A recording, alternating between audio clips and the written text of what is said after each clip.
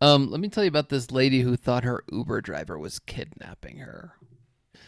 This woman fatally shot an Uber driver in Texas. She wrongly thought she's being kidnapped. This is the woman right here.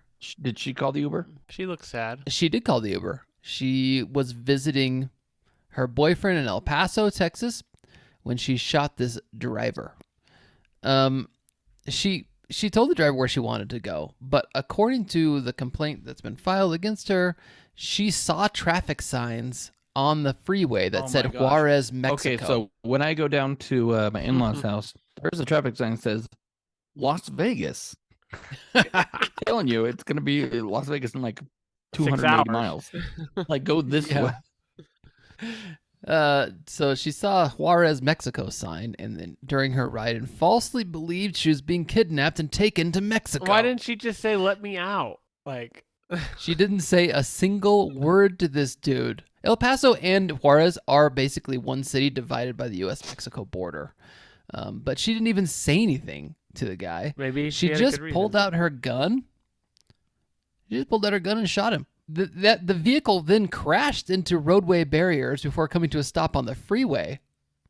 And she jumps out and she calls the police. Does this guy not have a camera? I feel like the majority of Uber drivers have cameras. No, I've been in a couple that don't.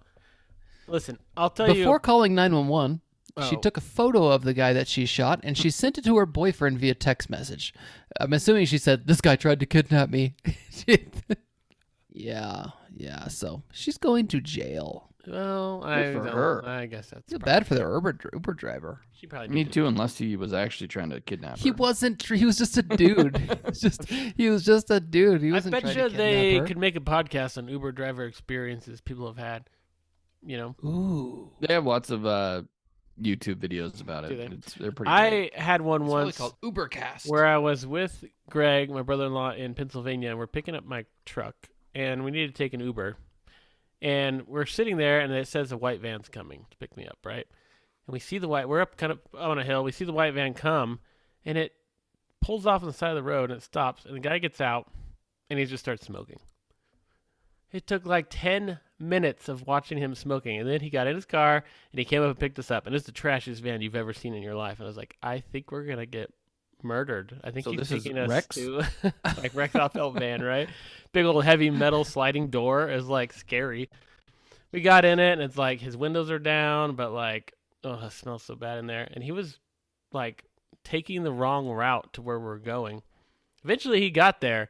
I did not leave a tip for the first time ever. I'm like, this guy's not cool. He took forever to get there. But I'm sure there's way worse Uber drivers than this guy was. And I'm sure there's usually worse. There's usually worse customers than the driver. Than the drivers? Yeah, the driver's usually pretty normal.